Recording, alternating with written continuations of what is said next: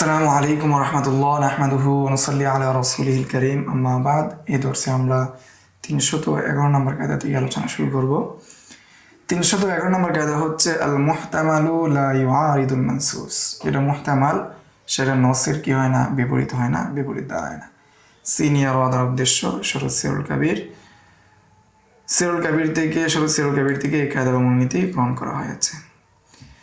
যেটা নস আছে, যে বিষয়ে কথা আছে, একদম লক্ষণ আছে, সেটা কখনো এর বিপরীতে কখনো সম্ভাবনাময় বিষয় যেটা রয়েছে সেটা আসতে পারে না।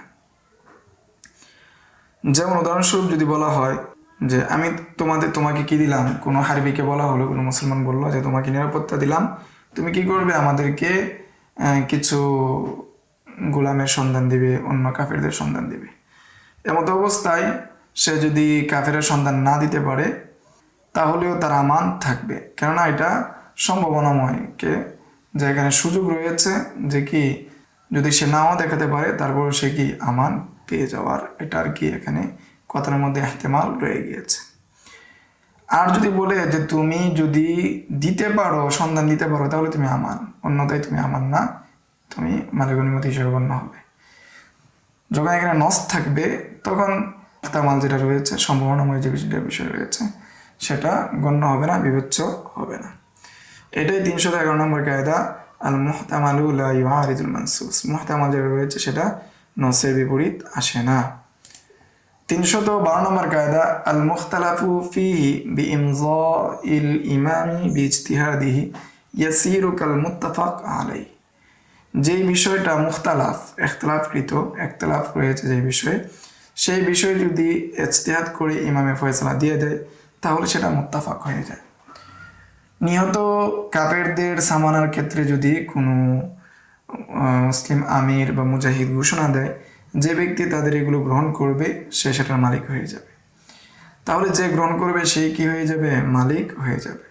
এখন যদি ওই ইমাম ওই পদ থেকে চলে যায়, ওই স্থান থেকে চলে যায়, ওই দায়িত্ব থেকে চলে যায়, তারপরেও সেটা কার্যকর থাকবে, তাদের থেকে সেই সম্পদগুলো, সেই মালগুলো ফিরিয়ে আনতে পারবে না। এটাই হলো 312 নম্বর কায়দা আল মুখতালাফ ফিহি বিইমযাইল ইমাম বিইজতিহাদিহি ইয়াসিরু কাল মুত্তাফাক আলাইহি।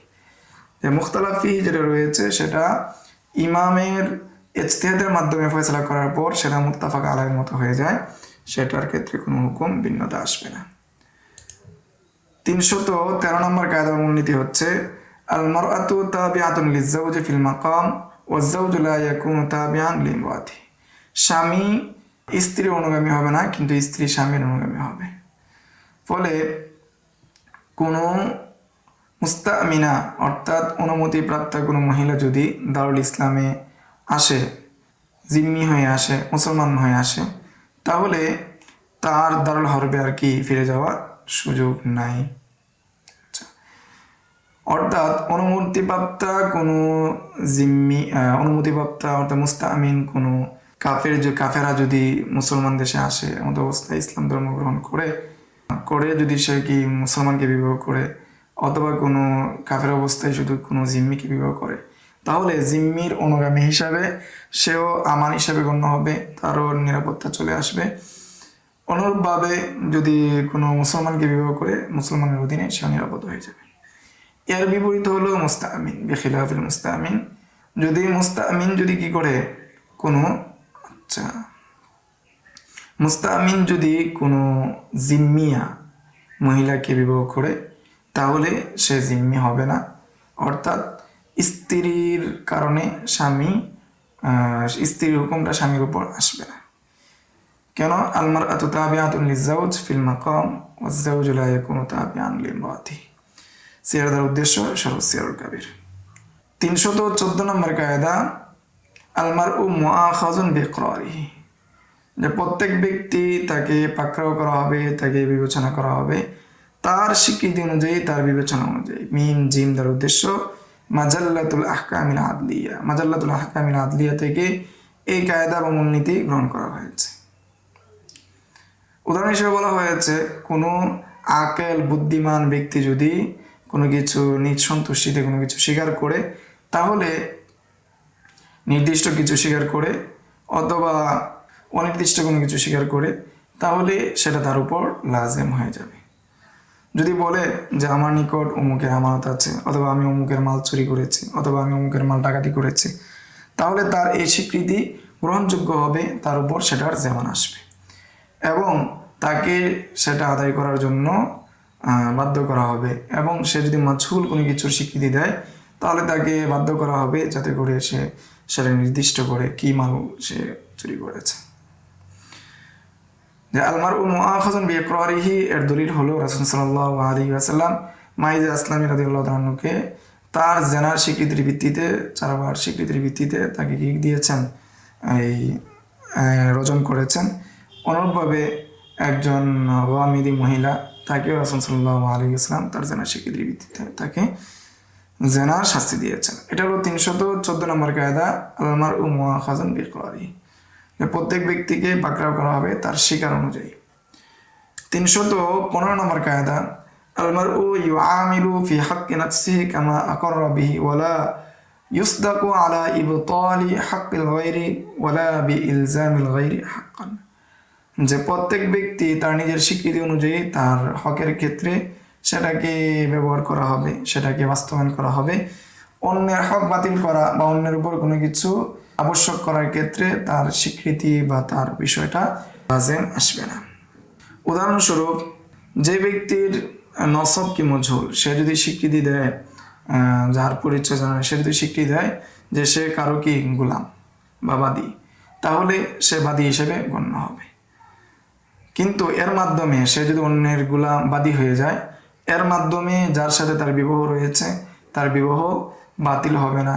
অনুরূপভাবে স্বামীর উপর স্বামী যদি তার মোহর আদায় করে থাকে, নতুন করে মোহর আদায়ও করতে হবে না।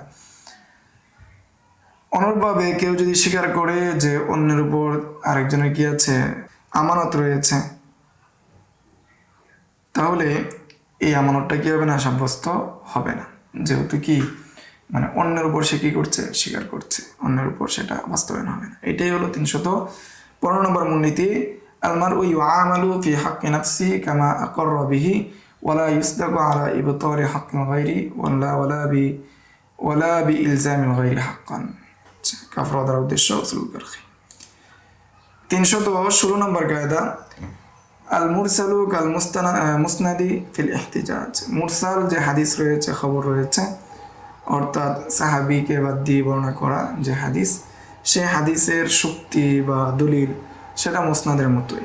ফাতোয়া আজিজিয়া থেকে এই কায়দা বা মূলনীতি গ্রহণ করা হয়েছে।